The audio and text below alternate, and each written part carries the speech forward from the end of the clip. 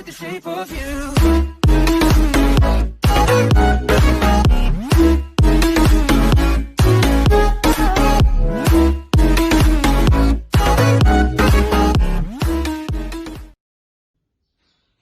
Assalamualaikum warahmatullahi wabarakatuh. Perkenalkan, nama saya Aulia Widianti Putri dengan nomor pokok mahasiswa B1A 019017. Di sini saya akan menjelaskan mengenai sumber hukum internasional. Salah satu sumber hukum internasional yaitu kebiasaan internasional. Hukum kebiasaan berasal dari praktek-praktek negara melalui sikap dan tindakan yang diambilnya terhadap suatu persoalan. Bila suatu negara mengambil suatu kebijaksanaan dan kebijaksanaan tersebut diikuti oleh negara-negara lain dan dilakukan berkali-kali serta tanpa adanya protes atau tantangan dari pihak lain, maka secara berangsur-angsur terbentuklah suatu kebiasaan. Terbentuknya suatu hukum kebiasaan didasari oleh praktek yang sama, dilakukan secara konstan tanpa adanya pihak yang menentang serta diikuti oleh banyak negara. Dengan cara demikian, maka terbentuk hukum kebiasaan yang semakin bertambah kuat dan berlaku secara universal karena diikuti oleh hampir semua negara di dunia. Lalu timbullah suatu pertanyaan, apakah setiap kebiasaan internasional itu merupakan kaidah hukum, yakni ketentuan yang mengikat negara-negara dalam hubungan satu sama lain? Untuk menjawab pertanyaan ini, kita bisa melihat dalam perumusan yang terdapat pada pasal 38 ayat 1 sub B yang mengatakan International custom as evidence of a general practice accepted as a law. Artinya, hukum kebiasaan internasional adalah kebiasaan internasional yang merupakan kebiasaan umum yang diterima sebagai hukum. Untuk dapat dikatakan bahwa kebiasaan internasional itu merupakan sumber hukum, perlu terdapat syarat-syarat sebagai berikut. Yang pertama, harus terdapat suatu kebiasaan yang bersifat umum. Dan yang kedua, kebiasaan itu harus diterima sebagai hukum. Jadi, harus dipenuhi unsur material dan psikologis, yaitu kenyataan adanya kebiasaan yang bersifat umum dan diterimanya kebiasaan internasional itu sebagai hukum. Bahwa dipenuhinya unsur pertama saja, yaitu kebiasaan internasional tidak melahirkan hukum. Jika kebiasaan itu tidak diterima sebagai hukum, terdapat suatu kebiasaan yang merupakan kesopanan internasional. Misalnya, kebiasaan memberikan sambutan kehormatan waktu menerima tamu negara merupakan kebiasaan banyak negara. Mari kita lihat kedua unsur hukum kebiasaan internasional ini lebih lanjut. Kapankah dapat dikatakan terdapat kebiasaan internasional yang merupakan satu kebiasaan umum? Unsur material, yaitu yang pertama, perlu adanya satu kebiasaan, yaitu suatu pola tindak yang berlangsung lama yang merupakan serangkaian tindakan yang serupa mengenai hal dan keadaan yang serupa pula. Yang kedua, kebiasaan atau pola tindak yang merupakan serangkaian tindakan yang serupa di atas harus bersifat umum dan bertalian dengan hubungan internasional. Terdapat unsur yang kedua, yaitu unsur psikologis, menghendaki bahwa kebiasaan internasional dirasakan memenuhi kaidah atau kewajiban.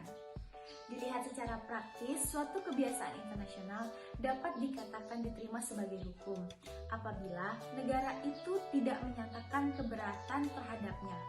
Keberatan ini dapat dinyatakan dengan berbagai cara, misalnya jalan diplomatik atau protes, atau dengan jalan hukum dengan mengajukan keberatan di hadapan suatu mahkamah. Contoh ketentuan hukum internasional yang terjadi melalui proses kebiasaan internasional misalnya di dalam hukum perang. Penggunaan bendera putih sebagai bendera tanda untuk memberikan perlindungan kepada utusan yang dikirim untuk mengadakan hubungan dengan pihak musuh. Kebiasaan internasional ini berawal dari sebuah kebiasaan. Pada masa Yunani kuno, kaidah-kaidah hukum perang dan damai timbul dari kebiasaan-kebiasaan umum yang ditaati oleh negara-negara kota Yunani. Selanjutnya, saya akan membahas mengenai praktek Indonesia pada hukum kebiasaan internasional dalam hubungan hukum nasional Indonesia. Berkenaan dengan hukum kebiasaan, praktek Indonesia belum begitu menampakkan adanya suatu kepastian. Namun, untuk beberapa hal, Indonesia menerima hukum kebiasaan internasional sebagai dari hukum nasional Indonesia. Misalnya, hukum kebiasaan yang berlaku di laut, seperti tentang hak lintas damai bagi kapal-kapal asing di laut teritorial Indonesia diakui dan diterapkan oleh Indonesia, serta dihormati pula oleh kapal-kapal asing. Hal ini dilakukan pertama sekali setelah Indonesia memperoleh kemerdekaan.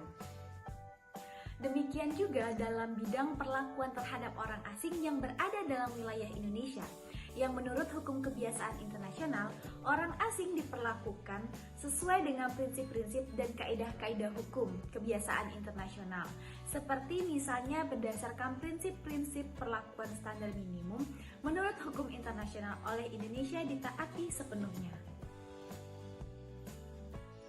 Perlu diperingatkan bahwa kebiasaan internasional sebagai sumber hukum tidak berdiri sendiri.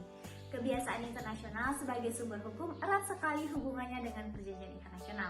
Hubungan ini merupakan hubungan timbal balik. Kebiasaan internasional dapat lahir dari perjanjian internasional, dan sebaliknya perjanjian internasional dapat lahir dari kebiasaan internasional. Ketika tindakan negara-negara yang merupakan kebiasaan internasional dianggap sebagai tindakan penting. Konvensi mengenai hukum perang, baik Konvensi Den Haag tahun 1907 maupun Konvensi Jenewa tahun 1949 mengenai perlindungan korban perang dan Konvensi Jenewa tahun 1958 mengenai hukum laut merupakan contoh adanya hubungan antara kebiasaan internasional sebagai sumber hukum dan perjanjian internasional, tetapi sebaliknya pun dapat terjadi. Perjanjian internasional yang berulang kali diadakan mengenai hal yang sama dapat menimbulkan suatu kebiasaan dan menciptakan lembaga hukum melalui proses hukum kebiasaan internasional. Contohnya adalah timbul ketentuan hukum mengenai hubungan konsuler yang ditimbulkan oleh praktik kebiasaan di lapangan ini yang ditimbulkan oleh perjanjian bilateral mengenai hubungan konsuler yang diadakan. Praktik berupa diadakannya perjanjian bilateral mengenai hubungan konsuler itu menimbulkan satu kompleks kaidah hukum kebiasaan mengenai hubungan konsuler. Di sini kita lihat hubungan yang sebaliknya, yaitu hukum internasional di sini ditimbulkan oleh diadakannya perjanjian internasional. Dalam hal ini perjanjian bilateral yang terjadi berulang kali. Akan tetapi, protes ini tidak berhenti begitu saja setelah terjadinya hukum kebiasaan mengenai hubungan konsuler melalui perjanjian bilateral. Keseluruhan kompleks kaidah yang mengatur hubungan konsuler ini telah pula dijadikan pokok pembahasan dalam konferensi internasional mengenai hubungan konsuler. Sebagaimana diketahui, konferensi ini telah berhasil membuat konvensi internasional mengenai hubungan konsuler di Vienna pada tahun 1963. Hal yang serupa terjadi dengan hukum yang mengatur hubungan diplomatik, dan juga mengenai bidang hukum ini telah berhasil dibuat suatu konvensi mengenai hubungan diplomatik di Vienna pada tahun 1963. Mungkin itu saja yang dapat saya sampaikan. Lebih dan kurangnya saya mohon maaf. Terima kasih. Wabillahi taufiq wal hidayah. Wassalamualaikum warahmatullahi wabarakatuh.